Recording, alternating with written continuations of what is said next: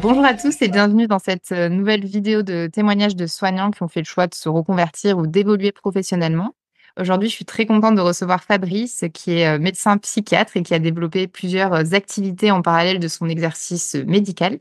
Il a cofondé CREAT, qui est un organisme au sein duquel il propose des formations en éducation financière à destination des professionnels de santé.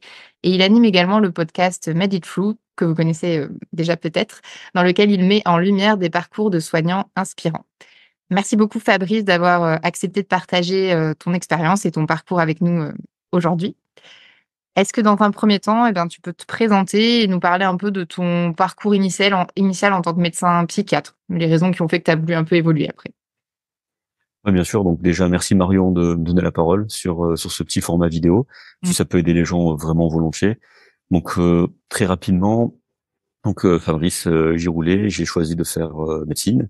Mmh. Et puis au-delà de ça, après j'ai choisi de me spécialiser en psychiatrie. Et concrètement, un parcours on va dire assez classique de médecin, hein, études première année, deuxième année, tout ça, donc à la faculté de médecine de Marseille. Puis après, OK. j'ai décidé de faire un an à la faculté de Lille, donc de médecine pour l'internat. Et puis après, je suis parti donc terminer mon internat, plutôt même, on peut dire carrément faire mon internat en Suisse parce que j'ai passé beaucoup plus de temps là-bas. Et Mmh. puis pour avoir le diplôme là-bas de spécialiste en psychiatrie, mais donc du coup côté suisse. OK. Voilà pour un peu retracer un petit peu le parcours, on va dire médical. OK. Et à quel moment tu as eu l'idée ou tu as voulu fonder Créate? Comment c'est arrivé sur le tapis ça? En fait, tu parlais de faire d'autres choses à côté, et ça a Mmh. toujours été un truc que j'ai fait. D'autres choses à côté, c'est-à-dire même depuis la deuxième année de médecine, j'étais OK. déjà engagé, on va dire, dans des projets, mais des petits projets entre amis, pas des trucs non plus grandioses, mais j'avais toujours cette idée d'utiliser mon temps, parce que c'est vrai qu'il y avait pas mal de temps en deuxième année. Mmh. J'aurais peut-être dû mieux et plus utiliser. Ça, c'est un des regrets que je peux avoir. Mais c'est vrai que je faisais déjà des choses à côté. Et ça s'est fait pendant donc les études, pendant l'externat, pendant l'internat, et puis après là, bien sûr, pendant dans la continuité pendant mon exercice actuel. Mmh. Et tout ce qui est la partie éducation financière, c'est venu en fait d'une observation qu'on a eue avec Clément, mon associé. Ouais. Et on pensait au départ que personne allait être intéressé par ça, parce que nous, ça faisait vraiment des années et des années qu'on pratiquait ça, donc depuis la deuxième année de médecine. Ouais. Et on s'est dit, bon, on va essayer de voir si ces problématiques en fait intéressent les gens. Et oui, en fait, on s'est rendu compte que oui. Et puis tant mieux. Et nous, ça nous permet de transmettre tout ce qu'on aurait aimé vraiment savoir, qu'on a appris Mmh. au fur et à mesure du temps à nos collègues pour justement les aider à mieux gérer justement tous les flux d'argent dans les cabinets, les flux d'argent personnels. Et on n'est pas formé à ça en fait. On n'est pas du tout Ouais. formé. Et avec une approche, on va dire en mode Ikea, on s'est beaucoup creusé la tête sur comment on allait pouvoir rassembler autant d'informations acquises en autant de temps en quelque chose d'assez court et pratique. Ça nous a pas mis pas mal de temps pour en sortir quelque chose. Et puis on s'est dit on va faire quelque chose en mode Ikea pour essayer aux gens d'appréhender les choses petit à petit en complexifiant en fait les choses. Et Mmh. au final, les gens ont l'air assez contents. Donc ça nous a pris beaucoup de temps quand même de trouver cette formule, de vraiment trouver les axes sur lesquels agir. On a beaucoup demandé autour de nous, mais c'est vrai que en fait, on pensait pas vraiment au départ qu'il y allait avoir autant de gens intéressés. Ouais. Et puis tant mieux parce que ça permet d'élever le niveau pour tout le monde en fait. Ça Mmh. permet aux gens d'être plus sereins vraiment et d'être on va dire moins stressés par rapport à tout ce qui est finance, retraite, comment on fait tourner le cabinet, tout ça. Donc OK. c'est voilà un petit peu la genèse de ça. Ça part vraiment d'un test en fait. On s'est dit Ouais. ok, en tête il y a pour lire vraiment l'histoire complète, il y a un groupe donc de médecins. Vous connaissez Mmh. peut-être le divan des médecins.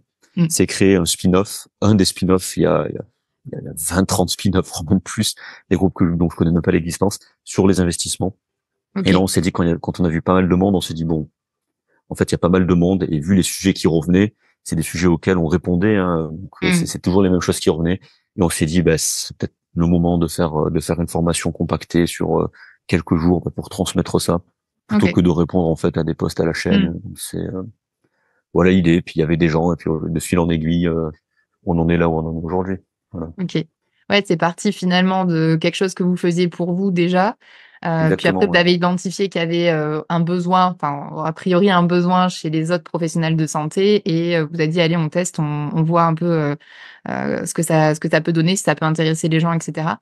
Et aujourd'hui, ce que vous proposez, du coup, ça correspond à quoi? C'est plutôt orienté pro, c'est plutôt orienté perso? Est-ce que c'est les 2? Et le format, tu parlais de quelques jours, voilà, de Ouais. formation, comment ça se passe, ce que tu Alors c'est proposes? les deux. C'est les OK. deux parce que, tu sais, il y a quelque chose, si Mmh. on parle souvent de vie personnelle et de vie professionnelle. Ouais, Savoir faire la balance entre les deux. J'aime pas trop ouais. parler de ça. Moi, j'aime parler de la vie, en fait. La Mmh. vie tout court. Et je sépare pas la vie perso et la vie pro, pas dans un sens où tout est mélangé et tu fais que bosser ou quoi que ce soit. Non. Mmh. C'est que la vie, c'est un ensemble et c'est interconnecté.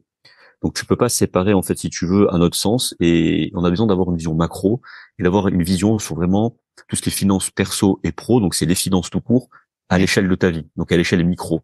À l'échelle micro, mais vu sous un angle macro, c'est-à-dire si tu considères que le professionnel et le personnel, c'est deux, on va dire 2 entités. deux entités séparées, en fait, non, c'est une seule entité, donc ça c'est le niveau macro. Et donc d'apprendre l'éducation et on va dire toutes les bases vraiment de l'économie, de la finance au niveau individuel. Et Mmh. après, bien sûr, on étend au niveau macro pour voir quelles sont les implications de nos actions au niveau individuel sur l'économie et la finance globale. Mais de manière plus concrète, oui, on parle à la fois de tout ce qui est professionnel cabinet, c'est-à-dire frais, on parle de tout ce qui est montage d'exercices, BNC, SEL, tout ce genre de choses, de questionnements qui reviennent, de comment marche l'account, on parle aussi un petit peu d'URSSAF, quels sont les pourcentages de cotisation, comment ça se passe, tous les processus de défiscalisation, parce que ça, je sais que on est une profession, on se fait pas mal démarcher pour ça, donc on Mmh. explique un peu quels sont les enjeux et comment ça marche et comment, on va dire entre guillemets, défiscaliser dans les règles. Ça, c'est, on va dire, plus la partie pro et avec un brin sur la partie perso.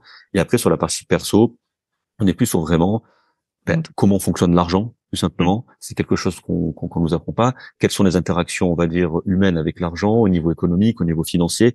Quel est le rôle de la finance? Comment ça marche? Comment se constitue un patrimoine? Qu'est-ce qu'un patrimoine? Qu'est-ce que l'inflation? Qu'est-ce qu'une répartition patrimoniale, on va dire, cohérente? Au niveau de gestion de risque, donc on parle aussi un peu de gestion de risque. On parle aussi des marchés financiers, donc des valeurs mobilières dont les marchés financiers font partie. Comment ça marche? Est-ce que c'est le diable? Est-ce que vraiment il y a que des spéculateurs? Non. On parle aussi, donc, comme je disais, d'immobilier, mais quelle que soit la forme, que ce soit l'immobilier physique, l'immobilier Mmh. papier, ou même l'immobilier donc coté sur les marchés. Mais on parle aussi de transmission. Donc, comment transmettre un patrimoine une fois qu'on a constitué un patrimoine? Comment bien le transmettre? Il y a des règles, en fait. Et les gens seraient peut-être très surpris d'apprendre que si les règles du jeu sont connues à l'avance, Mmh. il y a moyen en fait de transmettre son patrimoine on va dire pratiquement sans impôt jusqu'à un certain montant qui est assez important. Et puis en fonction du nombre d'enfants que tu as, hein, parce que les donations, petite Oui. parenthèse, c'est par parent par enfant. Donc en fonction du nombre d'enfants que tu as, tu peux donner pas mal. Et c'est par tranche, hein, c'est par quinzaine. Donc tu peux donner pas mal. Puis il y a quelques petites règles qui permettent d'optimiser. Donc on OK. parle vraiment de ça. C'est vraiment en fait quelque chose de global. C'est pas Ouais. juste on sépare le pro et le perso dans toutes les présentations. Il y a toujours une transversalité entre le pro et le perso. Pourquoi? Parce que notre argent en fait, il vient de notre activité professionnelle. Ouais. Donc c'est difficile de séparer en fait tout ce qui est pro et perso parce qu'il n'y a pas de frontière. Même si tu mets une société, donc une société d'exercice libéral entre, Ouais. la société te verse un salaire. Donc en fait, Oui, il y a il y a pas de pas de frontière différence. et c'est ça qu'on veut donner, c'est cette vision-là et qui est très difficile à avoir en fait quand tu commences à te former parce que tu te formes par petits bouts, tu fais un petit peu Mmh. d'immobilier, un petit peu de marché, un petit peu de finance, on va dire fondamentale, d'économie, et tu as du mal à relier les pièces du puzzle. Et en fait, on essaye d'apporter une vision vraiment globale qui permet de relier les pièces du puzzle en fait. Ouais. C'est ça qu'on propose. OK. Oui, donc c'est destiné à la fois aux gens qui sont, par exemple, en exercice libéral, mais ça peut être tout à fait aussi pour des personnes, enfin des professionnels de santé qui sont en exercice, salarié, finalement? Tout à fait, c'est OK. ça. Pour tout Il le y a monde? pas de, c'est ça. OK. Et qu'est-ce qui t'a donc, motivé après tout ça à créer, à monter le podcast, Made It Through? Tu sais, quand tu lances, enfin, l'idée c'était vraiment de partager des informations, donc que ce soit dans l'entrepreneuriat, dans la gestion du temps, surtout d'autres collègues, soignants, médecins, infirmiers, kinés, qui faisaient autre chose à côté. Et l'idée c'était de voir comment eux ils font ça, comment ils en sont arrivés là, et notamment en entrepreneuriat, quels sont les process, comment monter une boîte, tout ça. Ça aussi c'est des informations que j'avais glanées au fur et à Mmh. mesure de mes recherches. Et il y a des podcasts entrepreneuriaux, hein. Bien sûr. Ouais. Il y a notamment Mathieu Stéphanie, Génération Mmh. 8 sur Self. Il y en a plein, plein, plein, qui sont géniaux. D'ailleurs, allez les écouter. Mmh. Mais quand on est soignant, c'est un peu particulier. Parce que on n'est absolument pas formé, on part vraiment de zéro, hein. Tout ce qui est entrepreneuriat, tout ce qui est, ne serait-ce que argent aussi, on part Mmh. vraiment de zéro. Et l'idée, voilà, c'était de faire un central d'information pour avoir des ressources en fait identifiables. Et tu sais très bien que les gens s'identifient à les gens qui leur ressemblent, donc au sein de la Mmh. même communauté. Et ça, c'est assez synergique. Ça permet aux gens d'être redirigés vers des collègues médecins qui sont confrontés aux mêmes problématiques, que ce soit d'exercice ou même entrepreneurial par rapport à leur position, par rapport à ce qu'ils ont le droit de faire ou pas faire, et par Ouais. rapport à leur gestion du temps surtout. Comment on gère une activité clinique qui prend pas mal de temps et Mmh. l'ouverture d'une start-up ou d'une association ou d'une activité sportive professionnelle. Mmh. C'est comment on peut intégrer ça en fait dans une vie tout simplement. Et ces retours d'expérience-là, ils sont précieux. J'aurais aimé les avoir plus jeunes, au début de la fac, en fait, pour bien cadrer que non, c'est pas impossible d'être sportif professionnel et médecin. Il y en a, voilà. Ouais. Il y en a peu, mais il y en a. Et des aménagements qui sont possibles, et de plus en plus, heureusement. Mmh mh. C'est possible d'ouvrir sa start-up quand on est externe ou même interne ou même avant. D'ailleurs, il vaut mieux le faire avant parce que c'est là où vous avez vraiment plus de temps, deuxième, troisième année. Donc, toutes ces ressources-là, en fait, elles sont fastidieuses à chercher, elles sont un peu éparpillées. Et l'idée, c'était en un épisode à chaque fois de vraiment reprendre le parcours de la personne et de comment lui, il l'a fait, quelles ont été ses difficultés, ses problématiques qu'elle a su résoudre pour ouvrir une entreprise, pour mener deux activités à la fois et du pourquoi surtout. Et c'était histoire aussi de pas faire que les gens se sentent esseulés. Ouais. Parce que c'est souvent ça. Il y a beaucoup de gens, enfin je sais pas beaucoup de gens au niveau français, on va dire au niveau national, qui font du soin, que ce soit infirmiers, médecins, et qui font d'autres choses à côté. Mais Mmh. parfois, à l'échelle micro, encore une fois, dans une région, dans un hôpital, on peut se sentir esseulé. L'idée, c'est de dire, ben non, en fait, vous n'êtes pas seul. Il y a aussi d'autres professionnels qui le font. Et non, c'est pas une anomalie. Voilà, chacun vit sa vie comme il a envie de la vivre. Et par exemple, pour moi, j'avais toujours besoin, et c'est toujours fait de faire quelque chose à côté, parce que c'est un truc sur lequel j'insiste et j'en suis convaincu. Mmh. Surtout dans ces métiers-là qui sont très particuliers. Si vous faites pas quelque chose à côté, c'est l'enfer, en fait. Enfin, c'est comme ça que je le vis. Mmh. C'est-à-dire qu'il faut avoir une soupape, il faut avoir quelque chose pour s'aérer l'esprit, pour faire fonctionner notre cerveau de manière différente, parce que c'est absolument pas la même manière de fonctionner quand vous êtes en gestion de l'humain avec un patient versus gérer une entreprise. Ouais. Ça demande ça demande vraiment des réflexions différentes et c'est pas les mêmes zones du cerveau qui sont activées, pas du tout. Ça permet de se reposer et d'être plus en forme, en fait, sur l'activité clinique, par exemple. Ouais. Donc, tu vois, je pense qu'il y a une vraie synergie à faire quelque chose à côté, plus l'activité médicale, ce qui permet d'être meilleur, en fait, dans ton activité médicale. Parce que Ouais. faire que de la médecine, c'est assez particulier. Tu te fais bouffer en fait. Tu te fais Mmh. bouffer et même si tu essayes de prendre du recul par rapport à tout ce que tu reçois toute la journée, que tu sois psychiatre, généraliste ou chirurgien, c'est difficile. C'est difficile et c'est difficile de laisser ça au cabinet. Même si on dit il faut séparer, tu vois, vie professionnelle, vie personnelle, en fait, t'arrives pas. Comme je te disais, c'est un continuum. Donc même quand tu sors Ouais. du cabinet, tout ce qui reste au cabinet, t'en ramènes un petit peu à la maison. Ouais, c'est Et clair. si toujours t'es dans ces questionnements, au bout d'un moment, tu finis burn-outé, comme je le dis, et c'est en fait pour ma santé psychique et ça après peut-être qu'il y en a que ça concerne pas mais honnêtement je pense qu'il y en a très Mmh. peu. Il faut faire quelque chose à côté parce que c'est des métiers prenants, exigeants, difficiles et particuliers encore une fois. Donc gérer de l'humain, c'est pas gérer l'entreprise. Ouais. Et ça dans tous les épisodes que j'ai fait avec les entrepreneurs, ils le disent. Mmh. C'est quelque chose qui est totalement différent. Ouais, ouais, C'est non pas mais les c'est mêmes enjeux. Même si sur une entreprise, tu peux gérer une levée de fonds, par exemple, à 10, 15, 20 millions, et que ça a des enjeux pour des familles, pour des gens, pour tes salariés, c'est pas les mêmes enjeux que d'avoir un patient sur une table d'opération ou d'avoir un patient souffrant en face de toi qui cherche de l'aide. C'est pas pareil, en fait. mmh.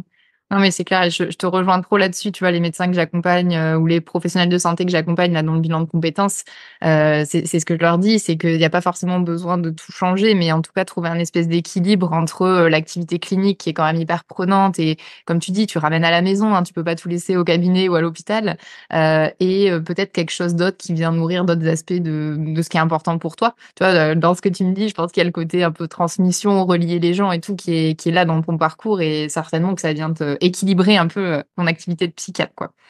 Mmh. C'est ça, et c'est toujours créer. J'ai toujours été même OK. depuis là, le lycée, créer des choses, en fait. Ouais. Et OK.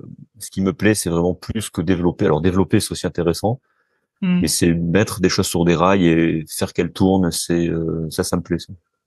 Donc c'est OK.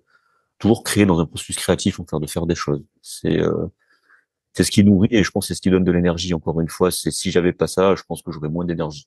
Mmh, mmh mh. Ouais. Et je suis pas seul à le dire. Il y a beaucoup de Mmh. collègues, peut-être toi aussi tu entends dans Ouais. tes entretiens en face à face, Les gens doivent te dire la même chose. Ouais. Il y a besoin de ça en fait, et c'est pas assez mis en avant dans nos études. Ouais. On nous enferme dans un carcan. Alors oui, il faut apprendre le métier, mais en fait non, il faut aussi savoir décompresser et faire autre chose à côté. Ouais. C'est super Clairement. important. Ouais. OK, merci. Et par rapport à, ton entourage et cetera, comment, tes proches ou tes collègues, ils ont réagi quand tu as, par exemple, monté Créate ou développé le podcast? Comment ça a été accueilli? En fait, ça n'a pas été accueilli parce que j'en parlais pas. Donc à partir de là, ça s'est fait au fil de l'eau. Ça s'est OK. fait. Les gens ont vu petit à petit ce que je faisais. Du coup, non, j'ai pas eu de remarques ou quoi que ce soit. OK. J'ai plutôt fait ça dans mon coin, et puis avec mon associé. Et Ouais. puis on laisse les choses faire. Donc il y a pas. Mais même ma famille en fait ils sont pas au courant. Pour te dire, même OK. peut-être à ce jour, ma famille qui est pas dans la médecine et même ma famille, une partie de ma famille qui est dans la médecine, ils sont pas du tout au courant. Mmh. On n'est OK. pas assez médiatisé. On fait pas de pub en fait. On Mmh. s'affiche pas, donc ce qui fait que bah, si tu fais pas de pub, mis à part le réseau organique, le bouche à oreille, tout ça, bah, les gens te connaissent pas. Après, si, on voit passer des trucs sur Facebook parce que il y a quelques interviews qui sont reliées, il y a quelques interviews vidéo, il y a des articles aussi, Ouais. mais sans ça, non, ils sont pas forcément plus au courant que ça, donc non, il y a pas de, et ça me va très bien comme ça, il y a Ouais. pas de prise de tête de toute façon. Et ça, c'est une question que je pose aussi. Justement, c'est Ouais. important que tu la poses aux invités que je reçois lors du podcast. C'est vrai que parfois les réactions sont assez mitigées, les proches ont peut-être peur Mmh. de ça. Ah, t'es médecin, Harry me disait, épisode 2, je me souviens très bien. Ouais. Ah purée, tu t'es cassé la tête à faire médecine pendant 13 ans, et tout ça pour ça. Enfin, Ouais. tu mets de côté et tu développes une boîte de formation. Voilà, les proches comprenaient pas, ou au contraire, j'ai des proches qui soutiennent. Donc c'est vraiment assez. Il y a des proches aussi qui critiquent, Ouais. notamment les collègues à l'hôpital. Alors ça, j'ai pas mal de collègues qui me disent, ouais, t'es pas médecin en fait. Oui, tu t'éparpilles. Enfin, en gros, C'est ça. Tu et fais trop de choses, mais c'est pas incompatible, hein. non. C'est pas Mmh. incompatible du tout. C'est pas parce que t'es 3 jours à l'hôpital et 2 jours en train de faire de la télé ou je sais pas quoi que t'es pas médecin. Ouais. Ouais, je C'est pas pense que vrai. ça prévient des difficultés, en fait, et du tu vois, du burn-out et des trucs comme ça, que d'avoir, en fait, plusieurs activités. Mmh. Oui, pour certains, on fonctionne pas tous de la même manière et pour certains, c'est capital. Mmh. Et je pense pas que ce soit honnêtement, hein. Je pense que ça a été caché, c'était un truc qui était assez tabou, et je pense pas que ce soit la minorité qui ait besoin de faire que la médecine, ou c'est pas vrai. J'y crois pas. Mmh. Par rapport aux patients que je reçois et par rapport à ce que je vois dans mon entourage et par rapport à ce que je vois à l'hôpital ou à mes collègues installés, il y a très peu de gens à temps plein, hein. Donc c'est de plus en Ouais. plus. Donc je pense OK. que ça a toujours existé, mais que c'était peut-être moins accepté auparavant. Ouais. J'ai une anecdote à ce sujet où la mère de mon associé, Ouais. justement, qui est en fin de carrière, on peut dire ça comme ça, qui est installée et qui donc travaillait à temps plein. Et pour réduire son temps de travail donc à 80%, elle devait mentir en fait. Elle devait mentir pour le mercredi en disant qu'elle prenait le mercredi pour les enfants alors qu'elle avait pas d'enfants encore à ce moment-là, Ah! pour justement se Dingue. libérer du temps et faire autre chose, tu vois. Ah purée. Ouais. Ah non, mais Donc c'est il y ouais. a vraiment une évolution qui s'est faite, je pense, avec les générations et surtout avec l'avènement d'Internet, des médias, des Mmh. réseaux sociaux. Quand tu vois des gens qui s'affichent et qui le font, tu dis bon en fait il y a pas de souci. Ouais. Donc ça a pris du temps, mais je pense que honnêtement c'est pas sain. C'est pas sain de rester 5 sur 5 à l'hôpital, c'est pas sain. Mmh. Ouais, ouais, c'est sûr, on Ou voit bien. installer, il faut décompresser. Mmh. Il y a un moment il y a un moment où il faut faire Soupape. autre chose. Faut une soupape pour arriver à accueillir encore, ce que les patients ont à nous amener. Exactement. Mmh. Ben, je pense que OK. tu deviens maltraitant au bout d'un moment. Très honnêtement, si tu prends pas du temps pour toi, si t'es pas en bonne santé physique et psychique, tu peux pas soigner les gens correctement. Et Mmh. ça, c'est un truc que je défends et notamment peut-être que quelque chose qui revient et que t'as déjà dû ressentir. Et je pense que c'est un sujet qui te préoccupe. C'est tu sais ce sentiment de culpabilité d'être en arrêt maladie et de laisser le travail aux autres. Surtout en Mmh. médecine, quand t'es interne et ou même quand t'es externe, ou même quand t'es installé, je vais laisser mes patients tout seuls, je peux pas m'arrêter. Non. Mmh. Si toi t'es pas en bonne santé physique et psychique, tu mets plus en danger tes patients en fait. Donc Ouais. il vaut mieux s'arrêter. Et puis si les gens comprennent pas, tant pis pour eux. Si je pense qu'il faut aussi plus communiquer sur ça. C'est comme un médecin qui est en mauvaise santé, il peut pas bien te soigner. Ouais. Au long Oui, le terme, c'est pas médecin qui possible. te soigne en ayant 42 fièvre parce qu'il a la grippe, enfin, en vrai, c'est lunaire, tu vois? C'est C'est ça lunaire, paraît ça paraît mais dingue. ça existe, Ah mais bah, ça je sais. existe trop. Oh, ouais. Donc, parce qu'on culpabilise les gens, parce que voilà, Mmh mais mh. c'est en fait non, il faut pas. J'aime pas ce mot non plus. Culpabiliser, c'est Mmh. vous êtes malade en fait. Point, Ouais, c'est tout. Et en plus, en allant travailler en étant malade, vous allongez la récupération en fait. ouais, Vous oui. aggravez le pronostic. Donc quand le corps a besoin de repos, il faut se reposer. Point, c'est tout. Enfin, il y a pas. Moi, je discute pas avec ça. Il y a vraiment aucun débat. Hein. Mais je sais que c'est difficile avec certains patients qui viennent me voir, Ouais, notamment dans les soins, il qui aime ont pas dit ah s'arrêter. non, qui au niveau psychique ça va plus du tout. Il dit non mais là faut vous arrêter en fait. Là je vous Mmh. fais un arrêt et puis qui prennent l'arrêt mais qui en fait le donnent pas aux ressources humaines Ouais, et du coup ça. qui vont Mmh. travailler. Mais ça aggrave le tableau. Hein. Moi je le vois quand je revois les gens, le tableau est aggravé. Mmh, mmh mh. Donc mais c'est difficile parce qu'on a trop culpabilisé les gens. Ouais. Donc Oui, dans les études, en même temps, c'est un peu le sacrifice, hein, qui est mis en avant. Enfin, on t'apprend, c'est normal, ça doit être dur, faut tenir, c'est enfin bon, c'est un peu ça que tu apprends pendant tes études, donc forcément, après, tu le reproduis aussi quand tu es, en exercice. c'est ça. OK. Quel, quel conseil tu donnerais, toi, à des gens qui aimeraient, se lancer dans l'entrepreneuriat ou, évoluer professionnellement et qui ont pas encore, franchi, le cap? Là c'est une question que je pose aussi à mes invités. Donc là Ah! c'est bien que tu me la poses parce que du coup c'est moi qui vais y répondre. Ben honnêtement, de ce que j'aurais fait, ce que j'aurais peut-être dû mieux faire, c'est vraiment oser aller vers les gens. Les gens sont pas méchants, enfin, ou alors si vous prenez une claque dans la tête, c'est pas grave. Vous allez voir quelqu'un d'autre et puis il faut pas avoir peur d'itérer en fait, d'aller voir des gens et de demander. Mmh. Généralement, les gens sont gentils, ils vont pas vous envoyer paître ou quoi que ce soit, je sais pas. Moi, ce que j'aurais fait et ce que je pourrais conseiller aux gens, c'est vraiment de pas avoir peur de contacter des gens qui ont été dans ces situations-là et leur demander en fait. Ben, vous avez les invités du podcast, vous pouvez contacter, ils sont très ouverts. Vous pouvez m'écrire, vous pouvez écrire à toi aussi, qui a lancé une entreprise, voilà. Donc il n'y a pas informer en fait. Ce que je conseillerais, c'est vraiment s'informer, et puis passer à l'action en fait. Ne pas avoir peur. Pas de Oser. raison. Il faut oser, c'est ça, et il y aura des échecs, c'est sûr, mais c'est par là que ça doit passer. Mmh. OK. Merci Fabrice. Est-ce que tu as quelque chose que tu aimerais, ajouter? Non, non, c'est bon. Je pense qu'on est bon. Sauf si toi, t'avais autre chose à rajouter. C'était bon pour moi. Merci beaucoup, en tout cas d'avoir, accepté de partager tout ça avec nous. Ben, je t'en prie avec un grand plaisir.